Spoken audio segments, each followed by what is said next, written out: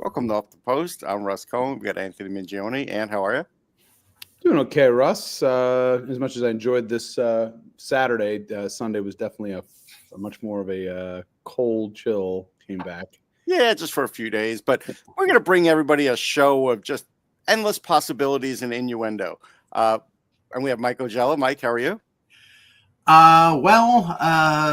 I watched a defensive struggle this afternoon between the Pittsburgh Penguins and Toronto Maple Leafs, so we'll talk about. Don't worry, none of those goals were on Joseph Wall. He played a perfect game. One. And we have, just one, Mike. 1 out of 5, right? One. And we have Pete Tesse. Pete, how are you?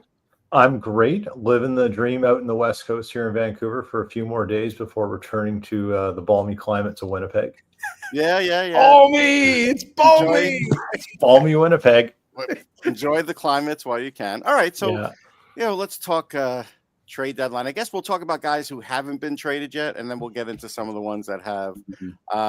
I'm actually currently writing something for the Hockey News just on the centers in the trade market, and I'm not saying where they're going and stuff. We could think we could say where we think they're going and all. I don't have any real connections with that. I'm not calling anybody, but certainly guys are going to go. The one thing, insider Russ? Nah. I get stuff occasionally, and I'll put it out there if I think it's really solid, but I haven't even tried this year, I'll be honest. But I do, Anthony, we'll start with you and then go to Pete, because the way this center market is, Jake Evans is certainly the easy, cheaper option, provided Montreal realizes they're out of the race. And then there's Scott Laughton, and Scott Laughton's that next guy, and I think Danny Briere can't sit back too long, Ant, because for the longer he sits back, the more opportunity there is for these other centers to go to other places. So I want to get your opinion on that, and then Pete's on maybe him going to Winnipeg. There's a definite fine line here that he has to kind of walk right now. That being said, if those players do kind of go off the market as well, that also means for other teams that might be interested in Laughton, that potentially means that, the Flyers will be able to enact potentially a little bit more in trade. Now, again, we know the rumored asking price of a first-round pick. Is that a bit rich for Scott Laughton? Yes, it is. That being said, get a team desperate enough, try not to be the last bell at the ball. They want to try to be able to add, required depth. Is it a 2027 first-round pick that Danny Briere would take? It's not going to be a 26. Nobody's giving up a 26. No, we know that. No, if you're going holding out for a 26, that's not going to happen. No. I agree with you. But would I say a 27 is out of the question here? Not necessarily. You have to kind of plan forward. That being said, I think he's more probably lining up into the second-round pick category, especially based off of what Nyquist got, which in many ways was a high ball for Nyquist, considering he's 35 years old, and Minnesota was in desperate enough straits to give up a second-round pick for Nyquist. But they knew him. They knew him once. They do. And he's more of an offensive guy than Laughton is. Yeah, no question. Yeah, I would concur with that, at least in terms of rate. I mean, the previous years, I'd say probably on par. Now I would say that's probably true, Mike. But again, it would not also surprise me, Russ, if neither guy gets dealt at the deadline. It really wouldn't. It would not surprise me. It could happen. You mean, and you're talking about Risto now. You're folding Risto into this, or you mean Jake Evans? No, I think I'm folding Risto into this. It wouldn't surprise me if he didn't go. Again, if they think that maybe the offers are better when we get to the offseason, we get to prior free agency. I think the Seth Jones trade may have hurt the Risto market. I'll say that. I agree with that. Yeah. We'll talk about that for sure. Peter, let me ask you this, because I mean, to continue on with what Russ started, you've got this deal, the Nyquist deal. You've had a couple missives out there on social media, basically saying, well, Braden Shen won't get traded unless somebody meets their price. Otherwise, we'll just keep him and take our ball and go home. And the same thing came out today from Pierre LeBrun. I'm sure, wink, wink, nudge, nudge. He probably heard from either Kent Hughes or Jeff Gordon and said, well, if they don't reach our price, then we're gonna.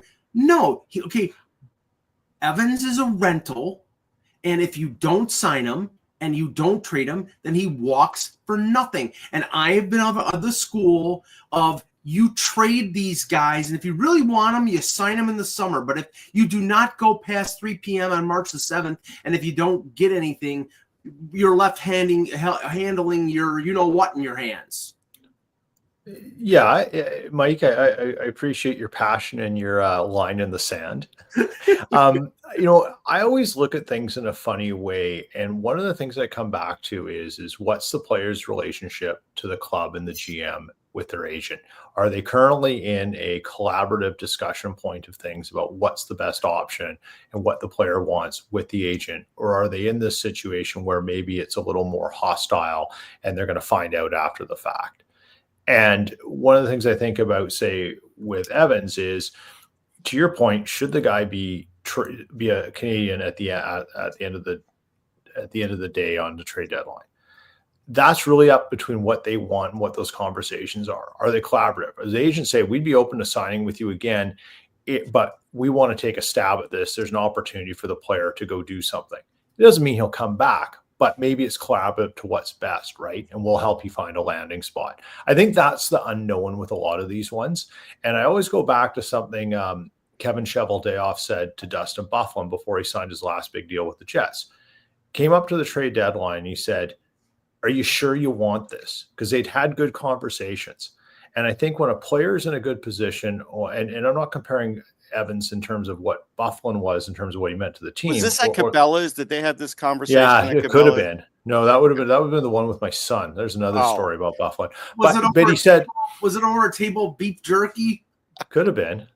Or what's the Cabela's cotton candy stuff? I don't know. But the point being was, been in there once. He gave him the option of saying, hey, make sure this is what you want before you sign this extension, right? And that's the thing with Evans. And I don't know what that status is with the Canadians. But to your point, Mike, like I think you can go pretty far down the wire of having those conversations and things may change. And he could say, yeah, you know what? Give me an opportunity, and they'll try and find a way out.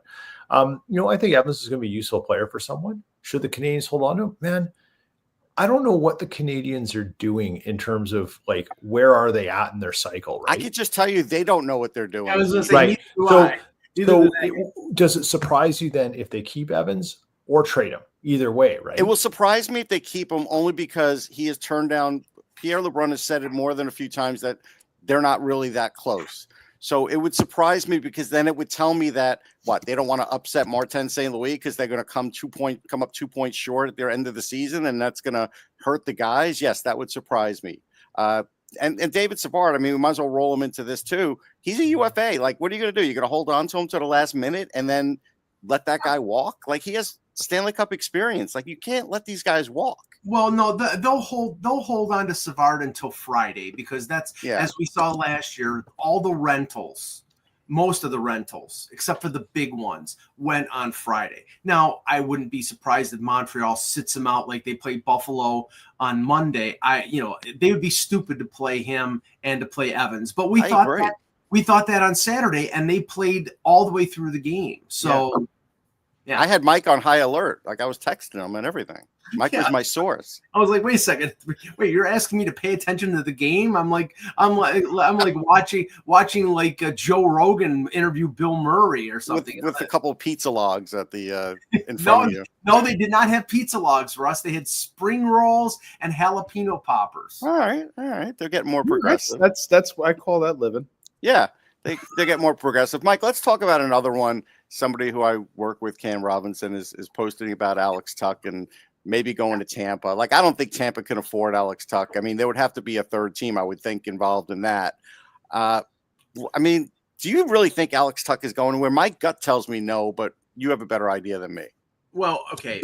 And no offense to Cam, but I mean, Elliot Friedman reported this a couple weeks ago that if Alex Tuch were available, Tampa Bay would be at the front of the line.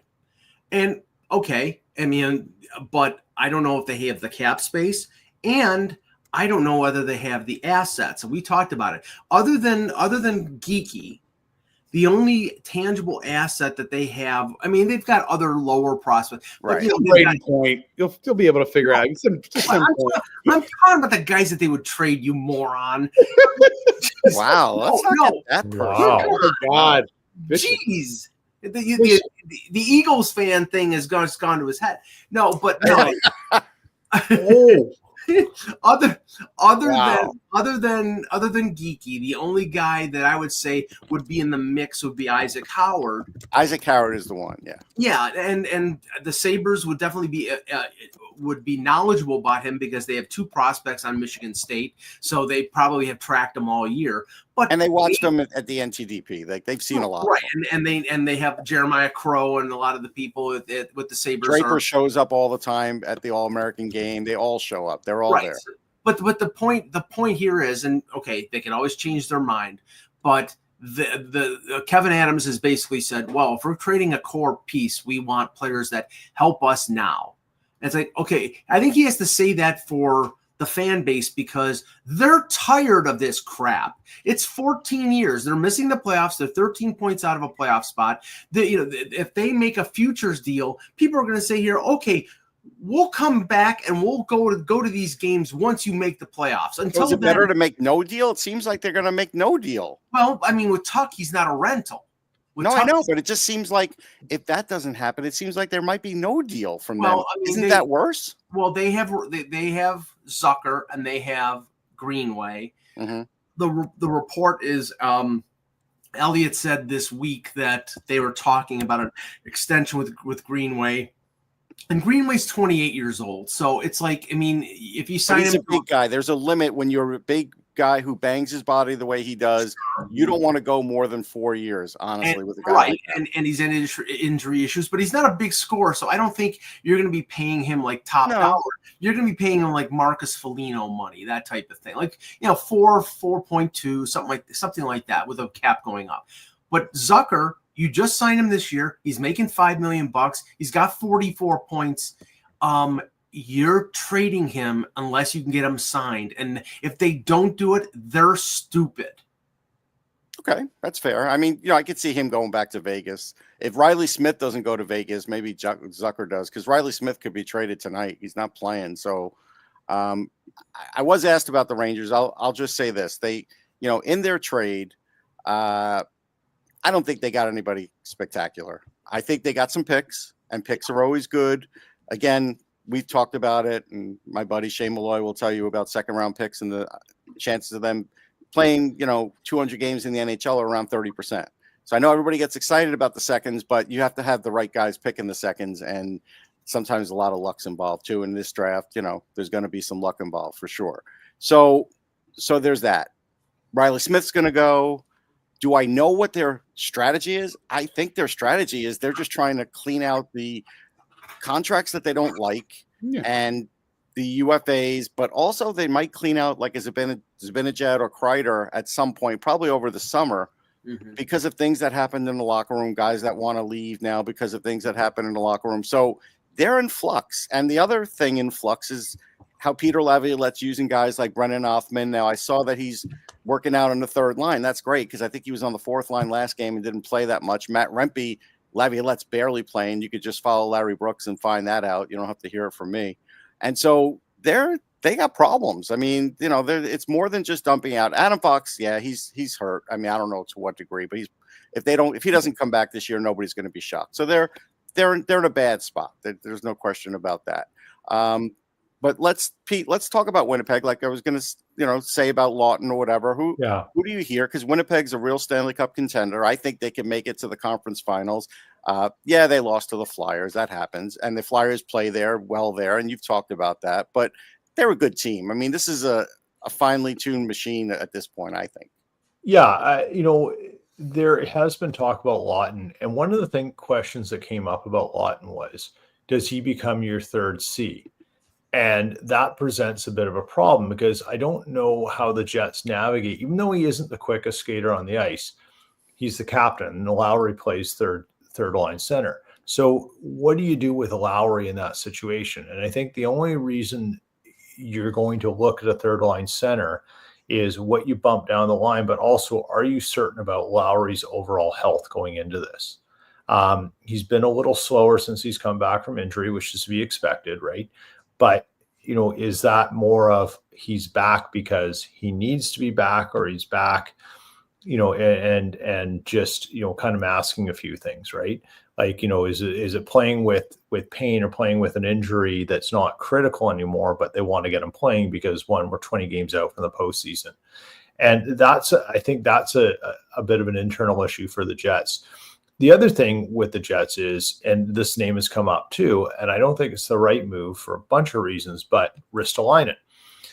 And one of the things with Ristolainen that I think is very interesting is that he's had a marquee name, but he hasn't had a marquee performance really, and kind of until now. And something about the way Torts has worked with him and the team has made Ristolainen a lot different than what his reputation says, right? And I think you guys see him a lot more than I do. Yeah. Yeah. He's a solid right-hand defenseman. Yeah, no question. A lot of this is Brad, I think this goes to Brad Shaw's ability to develop defensemen. I think Torts' structure. I think the biggest thing is that Ristolainen has had classic case of multiple coaches, multiple philosophies, and this is the one system that really has clicked with him to kind of emphasize let him not risk as much as he used to. Like there's a different structure that's brought down from Torts and what's happened when the Flyers thing, and he's a target for that reason.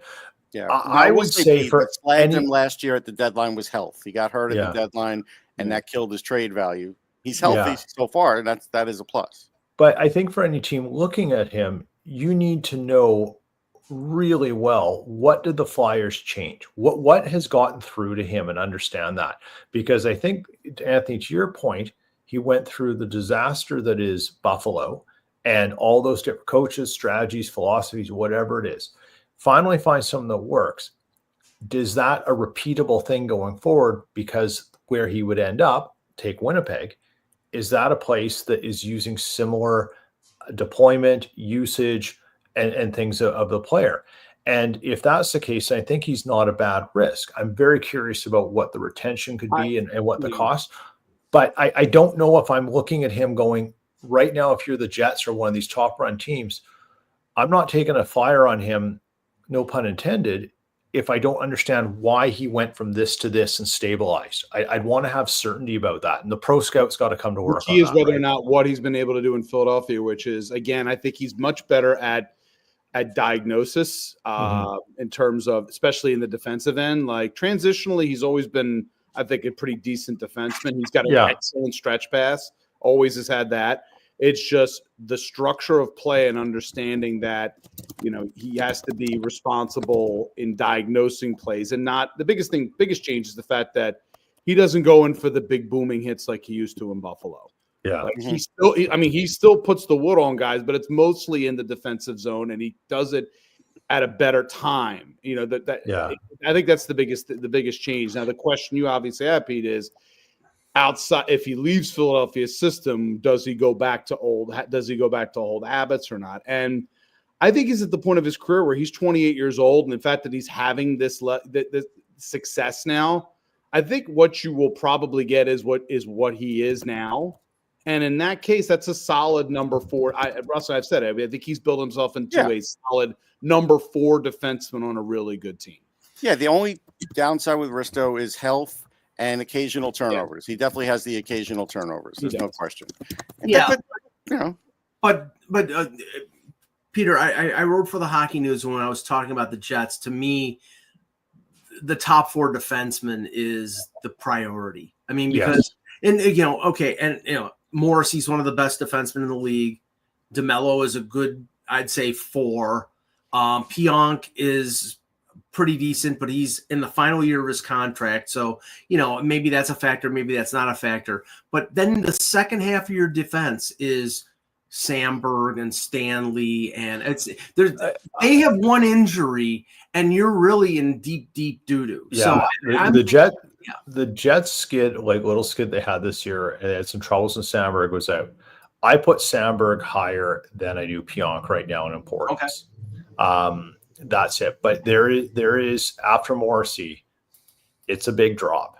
Like I think any Jets fan sort of saying, "Oh, wait a second, DeMello, Pionk, Sandberg, they can fill in." But when you've got a guy who's basically a perennial all-star defenseman in Morrissey, right, and then that's your next five, you have to accept that there's a big drop in talent on your 1-2. I got two things I'll mention about the Jets. Two final things for me. I think they could do what the Blackhawks did, and if they get another defenseman, and they went really 3 strong, you could live with that in the playoffs with the 4 lines they have in Hellebuck. That's one thing. And the other thing is, for people who used to give me garbage about Cole Perfetti, I think he's looking pretty good now. So, but and Randy is suggesting Rasmus Anderson, who's got another year on a contract, and I'm sure that the Flame. First of all, the Flames are still in the race right now. Randy would trade you Lanny McDonald if he could, at his age now. No, Poplinski. Come on, let's not go. No, but I mean, they're not trading Rasmus Anderson while they're still in the race. But even if they were going to trade Rasmus Anderson, I mean, they'd probably want a number 1, and they'd probably want the Jets' top prospect. And I don't think that they're going to do that for not a 1-year rental, but a 1.25 year rental. I think that's probably too much of a price. So I don't think that's going to fly. But I do think that they're, if it's not Savard or Ristolainen, then maybe they go rental. Maybe they go a Henry Yokiharu or somebody like that. I'm saying you keep talking Yokiharu, and I think I'm not selling him. I want to say something. I think at 250, we'll start hearing about teams that are interested about Yokiharu on the 7th. Okay. Right. When the musical chairs begin to disappear. Pete, while I have you on, I just wanted to ask you about specifically Gabe Vilardi. Where are things with Gabe Vilardi with regards to, he is an RFA, right, coming up this offseason? So he's having quite a season, I think, right now for the Jets. So where are things with him? I don't think we're going to hear anything about Vilardi till the offseason. I think that's just a standard Jets negotiating thing with an RFA. Here's the thing about the Jets that I think is questionable right now. They have arguably the wealthiest owner or co-owner in the league with David Thompson. However, he's not really injecting cash into the team from what we understand. And the belief is that they operate on their own internal budget that is not necessarily aligned to what the cap limit could be.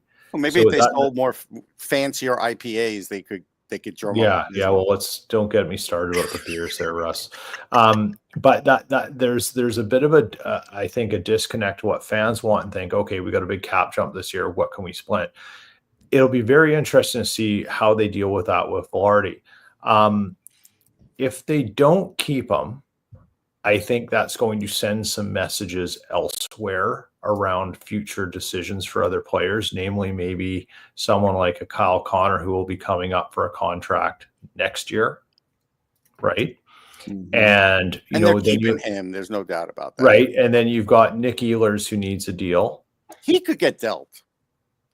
No. I don't think they won't know. Number 1 team in the league going into with Ehlers. You're riding. No, I mean, you talk about in the off over the summer, not now. Over the summer. Well, no, he's a UFA. He's a UFA. He's a UFA. I thought he had one more year. Oh, no, he's one more year. Connor's going to have to ride it out. But they could trade his rights. They could trade his rights. They could get a 4th or something for him at some point. That's what they'll end up doing. But I think they wanted to sign him. So where does that leave Vilardi? It's going to be really interesting. I think Vilardi also has to decide because I can't recall his comments when he signed the deal 2 years ago as an RFA because he was an RFA when he signed with Winnipeg. Right. And I think it was, we'll see where this goes, right? Like I'm not ruling anything out. So again, let's be honest, is he's sitting here going, yeah, you know what? I kind of want out of Winnipeg. Team's great. Club's having success. I just want to change the scenery because I don't like Winnipeg. That could be a very real case. And it's something that is a possibility. I think Chevy will get a good deal for him if he does. And I think a lot of teams have to take a Golden Knights mindset of you get these players and you also got to be not afraid to flip them when you know it, like at the right time, and not be scared to do it and hold on and keep making space and opportunities for yourself. I think the biggest lesson with Vilardi is you got him, you used him, it worked, and you got something else. Like, you know, how did you get him with Dubois before everything went kooky? You did it. Don't be afraid to do that formula again. So if Vilardi wants to stay, I think they'll find room for him, but there may come an expense for that. I'll give you the one room I would do. I don't know the full contract status. I was just looking up money. I would move Pionk and re-sign Vilardi. That's I agree. What I would do. Russ in a heartbeat. You also asked a little bit about, you know, you're talking about players in D. There's a lot of traction. There's a lot of smoke, around the Jets maybe taking a look at Jamie Alexiak too. The Kraken. I don't like that. I don't think they need another left-handed D, and I don't necessarily understand what Alexiak does at $4 million that Logan Stanley is already big, sizable. He actually skates better. That's what he does. Well, he skates better than Logan Stanley. But here's the logic, though, is that if you're going to take Alexiak on another year at 4.5 or whatever it is, what are you going to like? Why are you doing that? Like now, because is that saying you've given up on Logan Stanley? Like, well, it just says that the playoffs are rough and tumble, and they want another big guy to elbow people in the face. Yeah, we know they've given up on Heinola already. So right, yeah, and I think for all intents and purposes, he's an option on anything there. But again, you know, you're not going to get much for him. He's a throw-in. He's a throw-in, but I think he's a great possible rehab project. Maybe.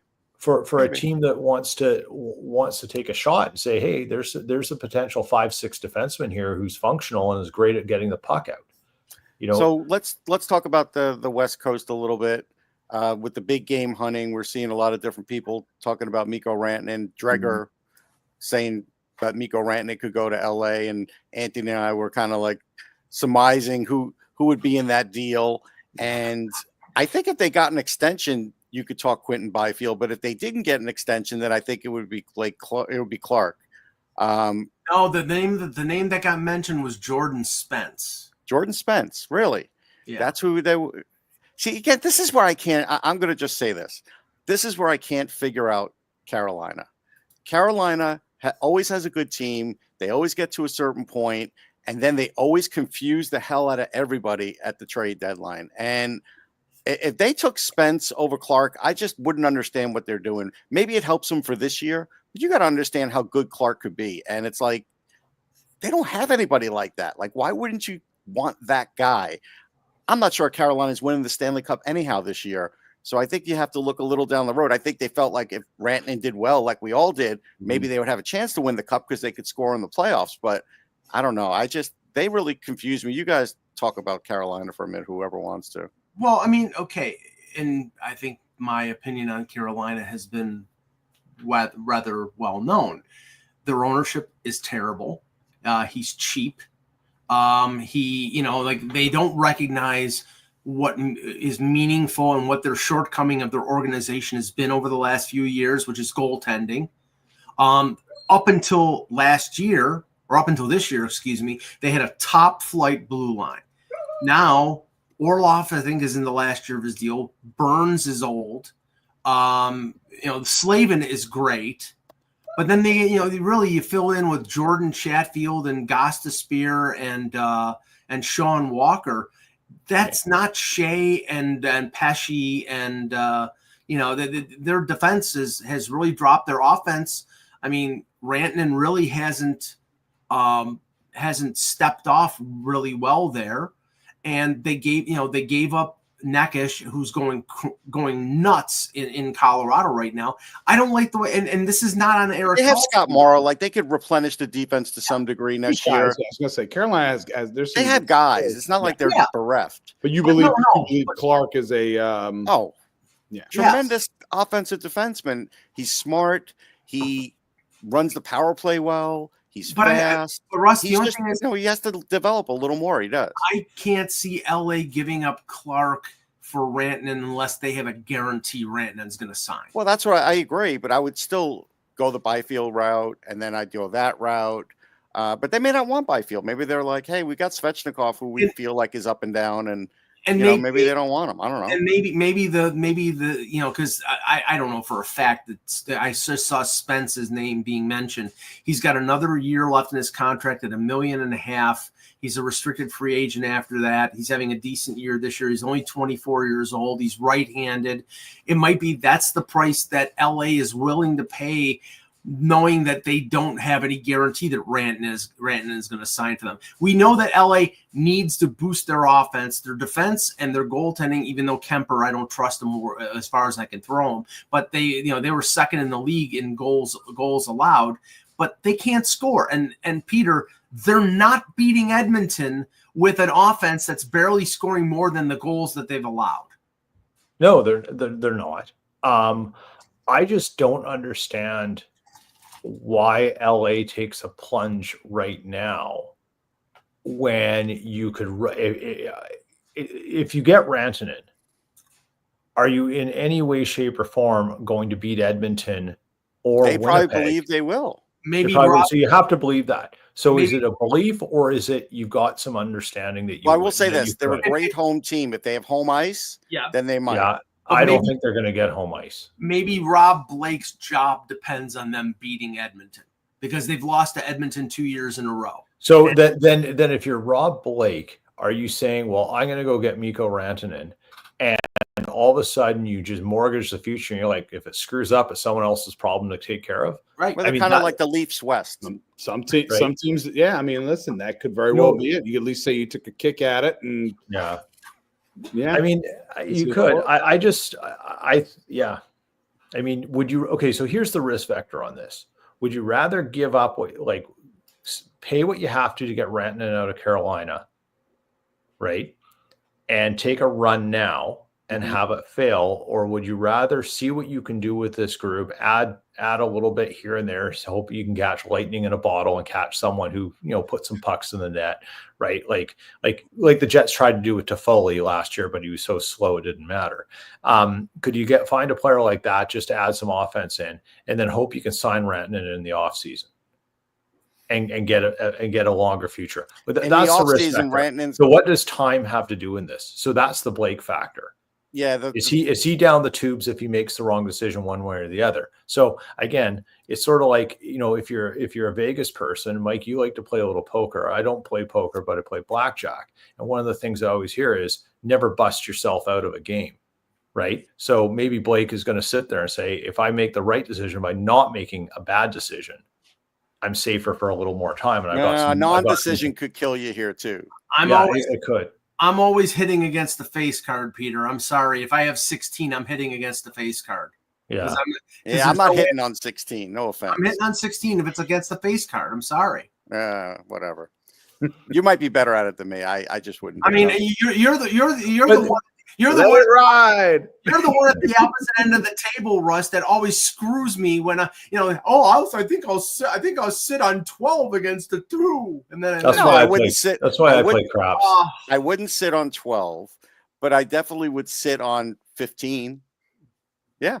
Yeah. I mean, this is what it's coming down to, right? Is this risk vector kind of thing for a lot of these guys. Like, if maybe Blake knows, like, hey, Rob, if things don't change, we're going to make a change. We're going to be looking at possible changes come the off season. He may have indications that things are going to go. So that would be my read here too, Pete, is that there must be sort of a knock, like we need to do something here, or we may have to consider different directions. Yeah. Yeah, especially if they watch the same. And that's dangerous too. I mean, it's dangerous for when they say it, and it's dangerous for when you're doing it, because you are very much taking, as you said, what's the risk? What is the risk factor here? Yeah, we'll hit on a few more teams, a few more players. We touched on the Seth Jones thing. The only thing I think worth adding to that is the fate of Aaron Ekblad now. We don't know if he'll get it's Ekblad or Bennett, right? That's what it'll probably come down to in the offseason. Who are they re-signing? I think they're going to re-sign Ekblad over Bennett. I think they're going to feel like, hey, Sam, you gave us a great run here, but enjoy free agency. I think Ekblad agrees to take a little bit less to stay in Florida because he's been there since 2014. Yeah. Bennett's going to hit a home run in free agency. No question. I mean, the other interesting thing here is even though they traded Spencer Knight's contract out, and even though the Hawks retained salary on Jones, the Panthers still added, I think, a little under $3 million in payroll, which tells you that the move of Tkachuk to LTIR right after they made the deal means he's out the rest of the regular season. Oh, we kind of knew that, but you're right. That definitely. This is a big, as I said earlier, Vegas protocol here. Yeah, but Florida's gambling. Parks don't park. Yeah, Florida's gambling because Bob doesn't have a long-term deal. You just traded Knight. They got to when you've won a cup, you have a window here. They have a window to do something here. So again, a chance to repeat. They could kind of push things in a certain direction to get them where they're at. Again, the Jones deal to me indicates that's the direction they're going. I was mentioning this to somebody at the game last night, and think of this. Okay, what would have been better off as a course of action for Bill Zito? Signing Brandon Montour to now he's making $7 million with Seattle. You let him walk. Your defense has not been the same, which forced you to make this trade for Seth Jones. So instead of spending $7 million on Montour and having a power play quarterback who helped you win a Stanley Cup, now you traded your goalie of the future. Maybe they don't think he's a goalie of the future. I don't think they felt like he was anymore, but I do think he could be for Chicago. I think for Chicago he can be. And a first round pick. Yeah.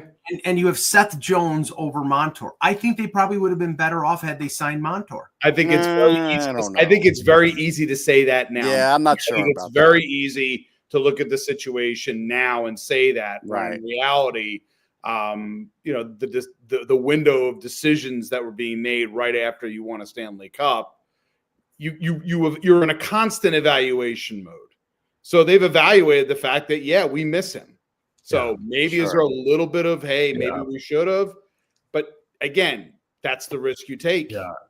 When you catch a cup like Florida did, you hope you're in a position like, the Blackhawks were when they started hitting theirs, right? Where you don't have to make super difficult decisions. In the end, they did have to make a couple, but it worked, right? And that's if you do, you hope you got the nimbleness within your budget and then within your cap space that you can come back around and do things. And that's the thing. It's like looking back in history, how do some teams do it? Sometimes you got to look backwards and take an analysis of, are we in a similar situation? What did they do at that time? Who did they move? Why did they move? What did the numbers say? And say, okay, well, that should be an option we should explore. Because everyone's really used to looking forward. You can learn a lot by looking back too and understanding those things. Maybe some of those people who were on the Blackhawks at that time are now in your organization. What did that do and stuff? History is important. Anthony, you understand that. You're a teacher. You know why it's important.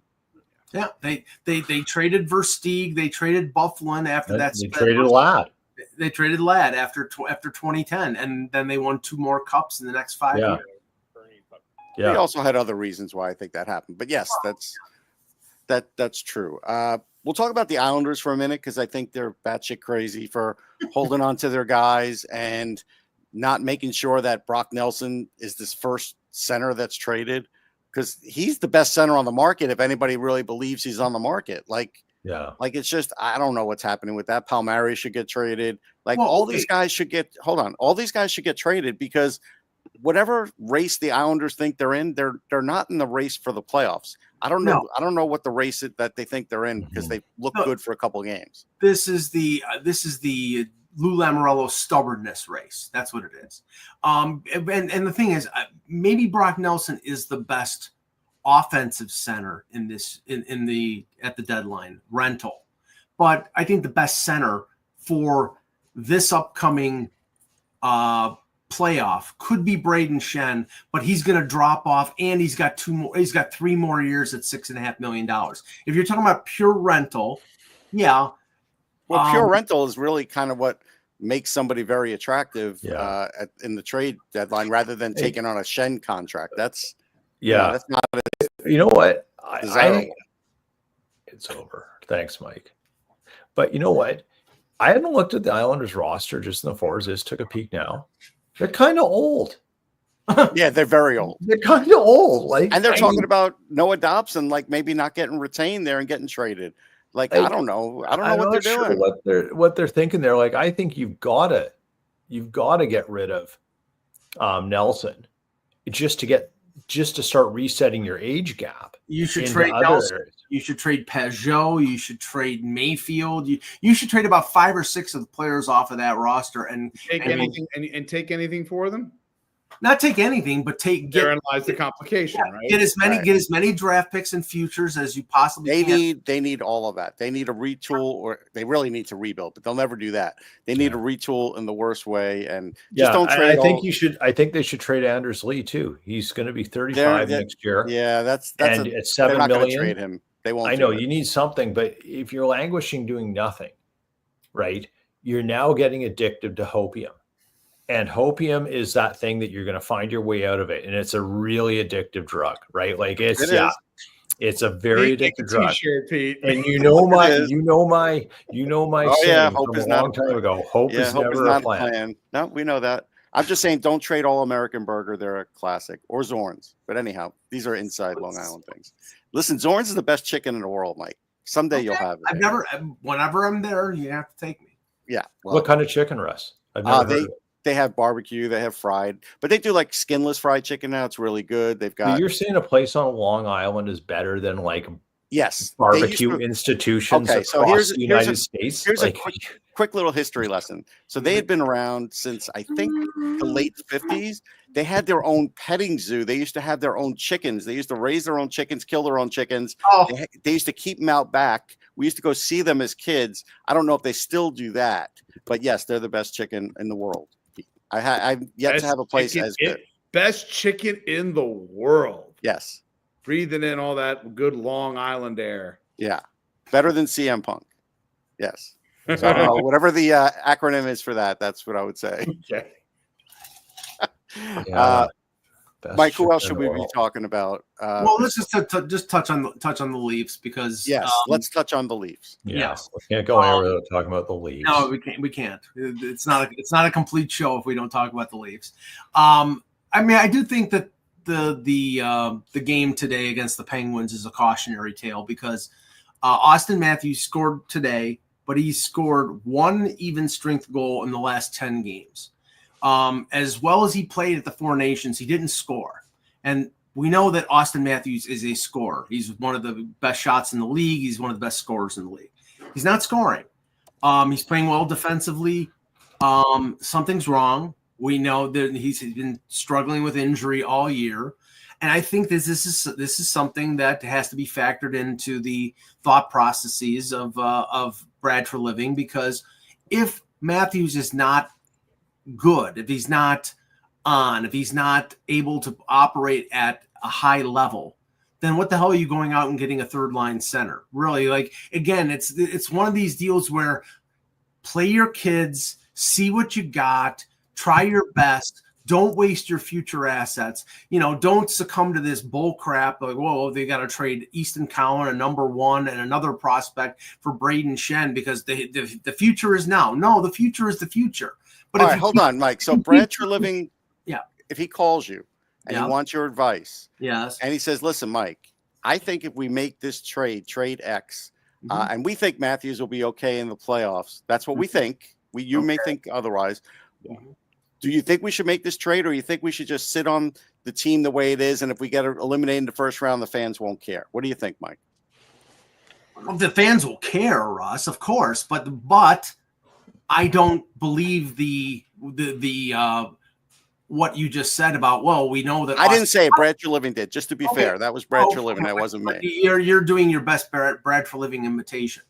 No, I mean, you don't know that. You don't know, and all evidence is to the contrary. He's going to score, I think, probably 30, 35 goals, which for Austin Matthews is a really bad season. It would be the lowest total he's had in his NHL career. I'm just saying, I mean, he'll still be probably effective, but he won't be able to score. And last year, when he missed games, they lost in 7 games in overtime because Nylander was out and Matthews was out. Okay, but they're a different team now. Like we acknowledge they're better defensively. I talked about how the other night they were able to lock down a game. That's something that I didn't see the Leafs doing. Craig Berube is going to have a shopping list too, Mike. It's not like he's going to just say, don't worry about it. We'll get him next year. Well, they were able to lock the game down on Friday, and then today they played like Fire Wagon 2013 Toronto Maple Leafs. Yeah. Type times, Mike. A win's a win. It's a matinee game. Like they're anomalies. Exactly matinee games are weird. Stuff happens when the game. But with Mike, even a win is a loss. And no team plays more matinee games than the Flyers. So if you guys say it's true, this upcoming month, please. Only a win. A win is only a win in the playoffs to Mike. A win is still a loss in the regular season. That's really that's your grading system. It is. No, I'm saying a win. A win means more in the playoffs than a win does in the regular season, Russ. Okay, but that's obvious. But I'm just saying I mean, but you're like today's game, regardless of how it happened or whatever, they got to win. Like, aren't they in top of the Atlantic? Yeah, they're ahead. They're ahead by 1 point over Florida. They have a game in hand. Right. So that's bad? No, I'm not saying it's bad, Russ. What I'm saying is that this team, as currently constructed, I mean, they're going to definitely, absolutely need to win the Atlantic because, again, if they get into that 2-3 corridor of death and they play either Tampa or Florida, they will lose. Like they lost last year when they were in the corridor of death with Boston, and they were the better of the two teams, but in terms of talent. But in terms of the mental makeup and beating that team that they couldn't beat 4 times in the last 12 years. I think they win regard. I think the Leafs will win because, again, it's not, as you just said, it's not Boston. Right. I do believe that. There's something, again, they got Tampa when they were finally able to listen, they better start playoff round. It was Tampa who was in front of them. Yeah, they better start booking concerts in May for Maple Leaf Square because obviously it's going to be empty again. The Leafs' problem is not that they can't fix their problems. It's that there's things that are affecting their fixes year over year. So now you have a problem with Austin Matthews. Mm-hmm. So that's what's going to be the story. If the Leafs go down in round 1 or round 2, it's going to be the story. Well, why can't you fix it? So eventually what's going to happen is Treliving should be figuring out how does he go to Mark Stone Island and use that cap space appropriately right now and pull a Vegas. That's what he should be doing. Yeah. And I don't know why he's not. There's something not right with Austin Matthews. So let's figure out what it is. Get him off. Pete, you don't think he's just saving up the goals for the playoffs this time around? I don't think so. I don't think he is. And I think, there's lots of, I don't believe players mentally do the what's the thing, the whole thing in the NBA, the managed loads. Load management. Load management, right? Goal load management. Yeah, right. Like I just don't believe it. I think Matthews has been in and out of himself for a couple seasons now at times, and we've seen this over time. He does have some lingering issues that we're sort of aware of and sort of not aware of, which is the NHL. So if one thing that's interesting this year is I don't hear a lot of noise coming out of Toronto that is the Leafs better do something. I think the fan base is now a little more resigned to the fact that they could do something or they might not. And that's a little bit more of a reasonable expectation of what that team is. Well, so I think Treliving has got to leverage that and then figure out, okay, the problem for him is they keep rolling it back, basically the same, change of coach, hope they get lucky, hope they get a better position. At some point, he's going to have to fix something or change something. And I think that changes either Tavares or Marner and use that leverage, right? But what does that look like? That's an off-season problem, not a now problem. Right. If I'm him, I probably try to add something in just as a little bit in insurance. And honestly, I get Matthews off the ice. And who cares where we finish up? Make the playoffs, try not to be a 7-8 seed, and go from there. Yeah, well, the only thing I would, I will give Treliving credit because, everybody and their brother is reporting the Braden Shen stuff. Let's unite the Shen brothers. It's like, yeah, the problem is that it's getting into the Toronto rumor momentum sphere. And then it's like, you got to make this deal. And you trade anything just to, a couple years ago, they said the same thing about getting a second line center or a third line center and said, trade this guy Nyes. Go ahead. You never know what he's going to be. And I'm like, you friggin' idiots. Like, and I'm not saying Easton Cowan is going to be a superstar. I don't know what he's going to be, but I'm saying, like right now, you don't trade a 19-year-old kid who won every award in Canadian junior hockey for a 33-year-old Stanley Cup winner who's slowing down, who his general manager is killing himself to try to trade because he wants to trade him before he starts to slip. And that's the thing. Treliving came out and said, we're not talking about going all in. We're going to basically go around the margins to sort of calm things down, because I'm sorry, they make that kind of deal and they trade 3 assets for Braden Shen. Even though I like Braden Shen as a player, it's asinine. It's completely ridiculous. All right. We'll end it on, I do want to mention Columbus. I didn't get to watch a lot of the Stadium Series game, but I liked what they did with Johnny Gaudreau, and Meredith she's just amazing. And both teams did an amazing job, and Columbus is dangerous and they have cap space. So we'll see what they do. Mm-hmm. That's it. Very interesting. Yeah, it's a nice story. It is. Yeah. That's it for Off the Post. We'll catch everybody next time. Take care, everybody.